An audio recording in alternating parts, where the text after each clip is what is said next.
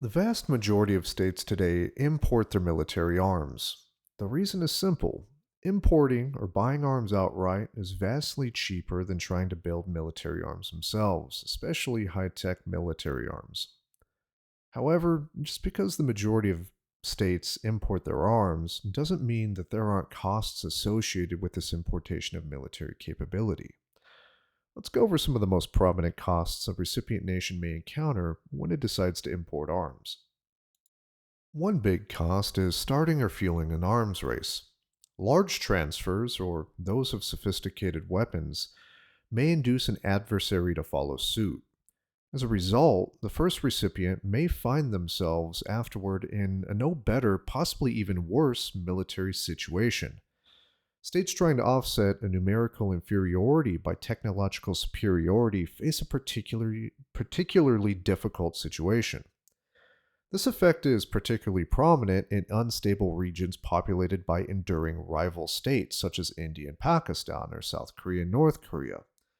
For a recent example, we can see that South Korean arms imports and military buildup directly affected North Korean nuclear ambitions to match the South's military capability.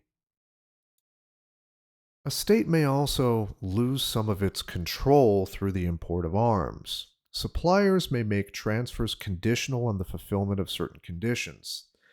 Moreover, through arms transfers, outside actors are given the capability to manipulate the supply of spare parts, ammunition, and technical services in support of their objectives, which may not be the same as those of the recipient.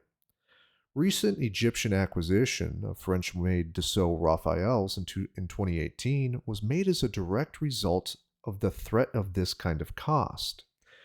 The deepening Egyptian French relationship came as the volume of U.S. arms sales to Egypt began to wane.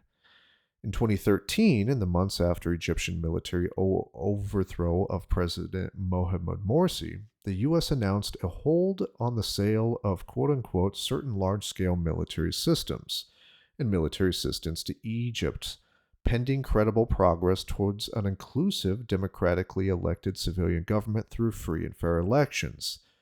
Now, obviously, that leverage and pressure didn't work.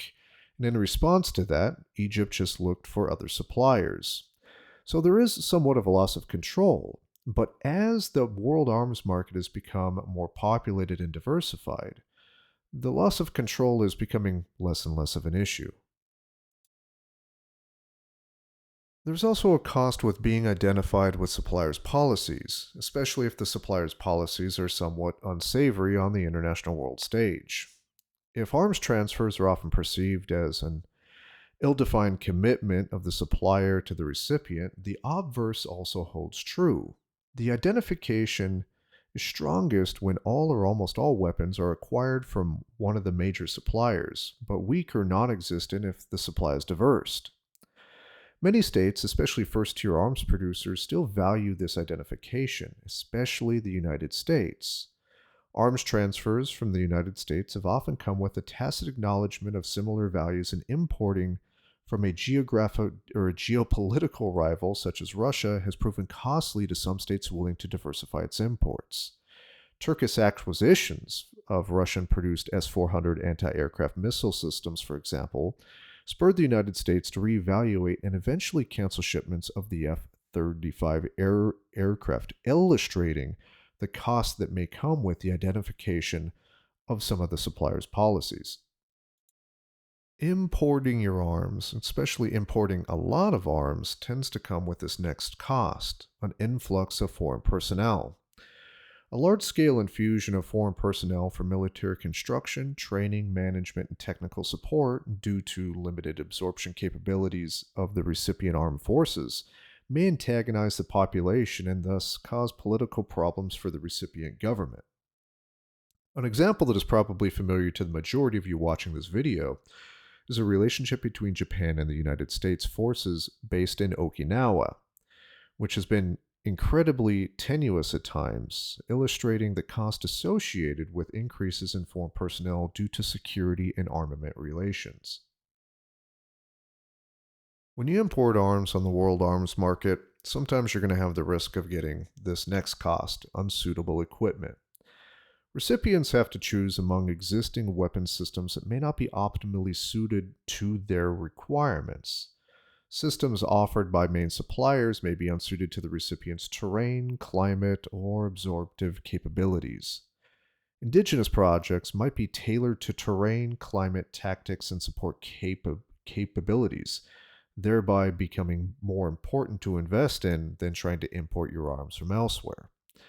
Sometimes indigenous products tend to perform better than off the shelf options. For example, Israel, after being denied the purchase of Bristol Chieftain tanks, decided to develop the Merkava. Now, instead of duplicating most tank designs at the time, Israel incorporated the lessons learned during the 1963 Yom Kippur War, such as placing the engine at the front of the tank to improve crew member survivability, thereby showing that sometimes it's better to produce yourself than import. Importing arms based on different type of service policies may also create inter-service rivalries.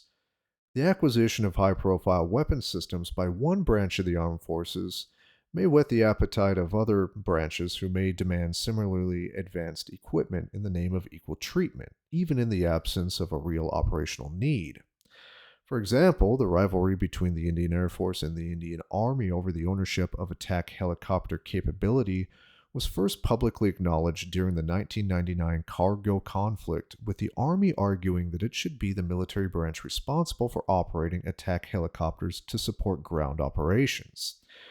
It was reignited in 2013 after the Indian Air Force announced the procurement of AH-64 Apache attack helicopters from the U.S. The rivalry was so intense that the government had to step in and decide the issue to cool tensions by offering the Indian Army future procurement of attack systems, even though the Air Force got to keep their Apaches. Now that we've reviewed the primary political military costs of importing arms, let's go ahead and look at some of the economic costs. One of the most obvious and most prominent economic costs associated with importing arms is the fact that importing arms tends to be a drain on financial resources. Arms are very costly, especially if they aren't provided as aid.